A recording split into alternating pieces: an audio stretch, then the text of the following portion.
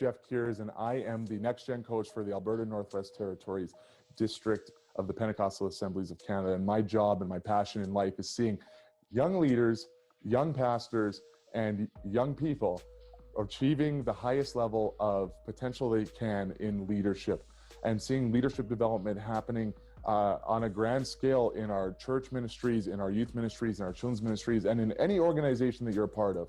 One thing I always tell people is when I look through history and I see any revolution that's ever happened, whether it's political, whether it's social justice, or whether it's anything, any revolution, anything good that ever happened, started with young people who were motivated and were willing to make a change. I think it's obvious that there is a need for change in the world around us. It doesn't take very long on Twitter or Instagram or on the news or on any sort of news feed, on any sort of social media. The newspaper, I don't know if people still have newspapers, but I'm sure on there it's still the same news. There's not good things happening in the world. And while there are good things happening, there's a lot of bad things that are happening at the same time. And people are aware of this, especially the younger generation. There was a recent study in 2019 by the Barna Group saying that the vast majority of millennials and Gen Z believe that there is a serious leadership deficit in the world around us. And I can't really disagree with them. I'm going to be honest with you. I think there's some good leaders out there. I don't think that the world is over. I think that there is a lot of potential, and I have a lot of hope for the future of the church and for the world and Canada and North America. I really do. But I can't blame them for seeing that. If you go on the news, you see lies from politicians. We see what's happening in elections around the world. We see disasters. We've had the COVID-19 pandemic and the debacle of how that's been handled in certain areas. And I'm not here to get into different political ideologies or what party you vote for, but it doesn't matter what side of the political spectrum you land on, or who you want to vote for, or what you believe in, or what your allegiances are with political ideologies. We can all agree that there is something very wrong on all levels, and there are people on every side of the conversation who are supposed to be leading us, who create problems and lie and cheat and steal and just seem to be doing a not very good job. I think that's totally fair to say. So I don't blame the students or the Gen Zs and the millennials, because millennials are actually old. They're my age. I'm 31, and they're not that young anymore. But basically, the younger half of the world sees a major leadership deficit, and that would also go into the church. And I love my church, and I believe in the church. I believe the church is the hope of the world, and there's no way we can get around that. But I see what people say when they say they're skeptical or cynical, because there have been bad examples of leadership that unfortunately rise to the top of media, and that's what gets the news cycle. So what do we do about a lack of leadership in churches, in youth ministries, in children's ministries, in next gen ministries across the board, in your work organization, in your sports team, in your friend group? What do we do about this seemingly systemic leadership lacking that we're running into?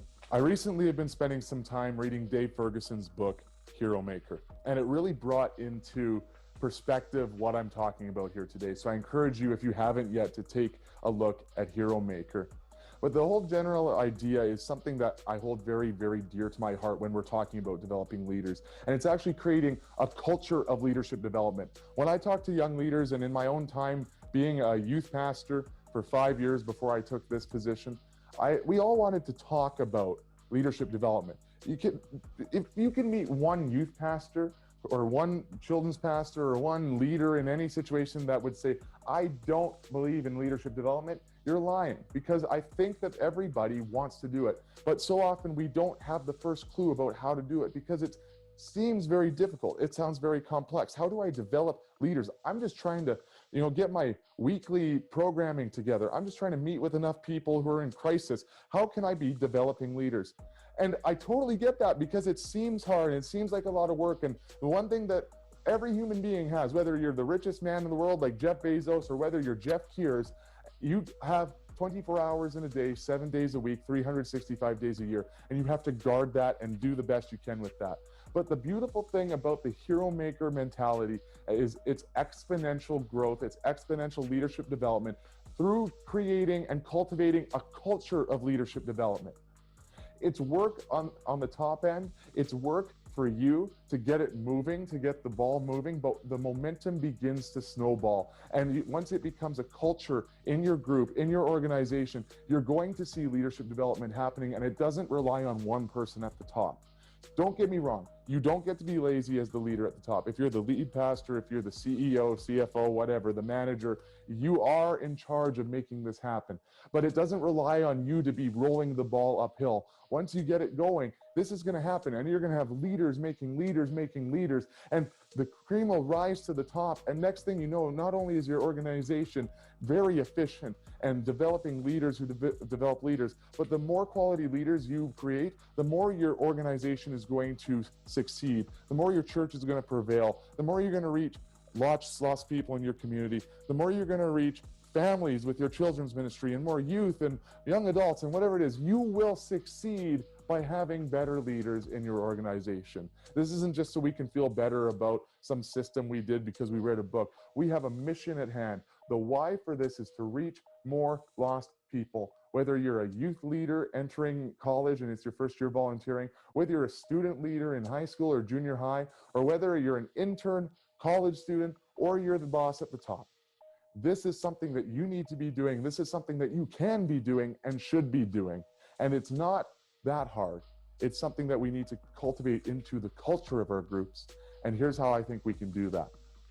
Number one, if you're at the top, if you're the boss, this is something you need to nail down and communicate. Communicate the why. Make this a part of your mission and your vision. Make this one of the key things that you're trying to achieve in the next calendar year, is to be an organization that develops leaders. Not just for efficiency, but because that's actually what we see in the Bible. Ephesians 4, the model is that we need to create leaders so that we can go out and reach more people. Create leaders to go out and do the gospel, reach people for the gospel, to do the works, the hand and feet work of Jesus. You don't get to not do this. You have to be somebody who creates leaders. It's great that you meet people for hospital visits and for coffees, but if you're not creating leaders, you're not achieving your calling as a pastor. And you may not have heard that before, but I'm here to tell you that now. And I will stand by that till the day I die. This is how we succeed as ministries and as organizations. But that doesn't mean that you can't do those other things. It just means you'll actually have more time to do those and to invest actual energy into those situations when it's time for that, because you'll have other leaders to pick up the slack in other areas. And you'll have other leaders who maybe can help you with some of those more pastoral care situations. So how do you do this? Number one, you have to identify one or two leaders who are a step or two below you or a step or two younger than you, who you see potential in, that you want to invest in. So if I'm a children's pastor and I see that I have 2 interns in Bible college or in school for education, and they've been involved with the organization for a while, man, they have a ton of potential. They can organize things. They're good on stage. The kids love them. They love the kids. They have high quality character. But, you know, they're just a little unrefined and they've never really been on stage and they need a little bit of help in some areas. I start off by having what the book Hero Maker says is a I see in you conversation. An I see in you conversation. And that doesn't have to be weird. I've started having these in my own life. And I find that people are super receptive because you're pointing out a positive thing about them that they may not have had the self-confidence to believe in. You're giving them the right to dream. So let's do an example. With one of those students, if I'm a children's pastor, one of those interns or college students, I'd sit them down and I'd say, Sarah, listen, I don't know if you know this, but I see a lot of potential in you. I see in you somebody who loves people and has a passion for caring for people. I see somebody with so much talent on stage and such a passion for communicating creatively the gospel to these kids. I see so much potential that you maybe could do this as a job. You could do my job one day. If God so called you in that direction, I believe that you have the skills, you have the character, and you have the values to do this and to develop yourself into that leader. I don't know if you've ever thought about that, but you are capable. I see that in you. In that moment, you've just opened the door wide open for a possibility. Maybe you're confirming something that God's been trying to tell her, but she doesn't know how to think. That's happened in my own life where I pulled people aside. We're not telling people their calling, but we're showing them what you see in them and the potential that you've noticed as their leader before. So then you start spending time with Sarah and maybe the other person as well that you've had that I see in you conversation with. 1 or 2, maybe 3. Don't overdo it. Don't have 50 of them, because you're not going to be realistically able to commit that kind of time. But you start giving them opportunities. The key in this, whether you're the pastor or you're a student doing this, is you are giving less of yourself to your platform, to your time. You're not letting pride get in the way. You're not going out and getting on stage every week, every time you have a stage opportunity or a chance to be on video, or to look cool under the lights and get that great Facebook photo or that Instagram photo with the smoke behind you. You're talking and you've got the microphone and you look like a real sweet celebrity pastor. We're giving up those moments.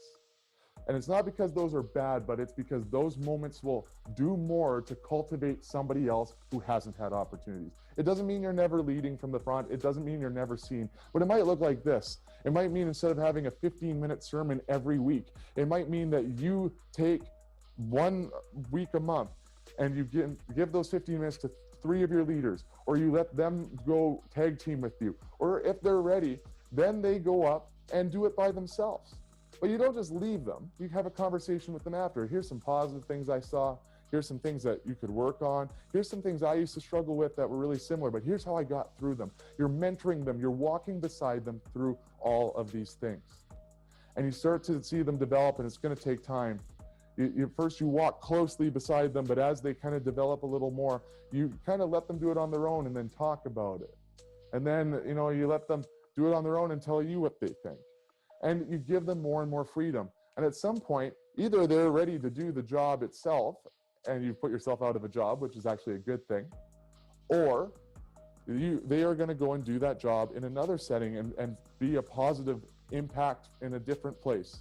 Or you've just developed a strong team. These are all very good things. These are all wins. But if it would just stop there with you investing in 2 other people as the person at the top of your organization, that wouldn't help us all that much. It's helping you to build a nice lead team. You're gonna look like a good leader. You're gonna have a strong team, but that's not enough. That's not exponential. That's multiplication. We want exponential. This works when it becomes the culture of your organization. When it's undeniably, this is what we do. What we do at this organization, at your organization, what we do is we exponentially grow leaders. So how do you do that?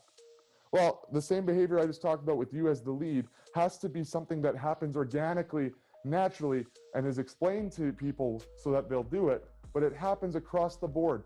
So that student that you invested in, they're not just being invested in by you, they're doing the exact same thing with a high school student that's volunteering. They're having IC&U conversations with high school students saying, I know you're young, I know you're only in high school, but man, you have this charismatic, attractive personality that the kids in this children's ministry or this youth ministry or whatever your organization is, they love you and they're attracted. You can gather a room, you can communicate, and people listen to you and you speak.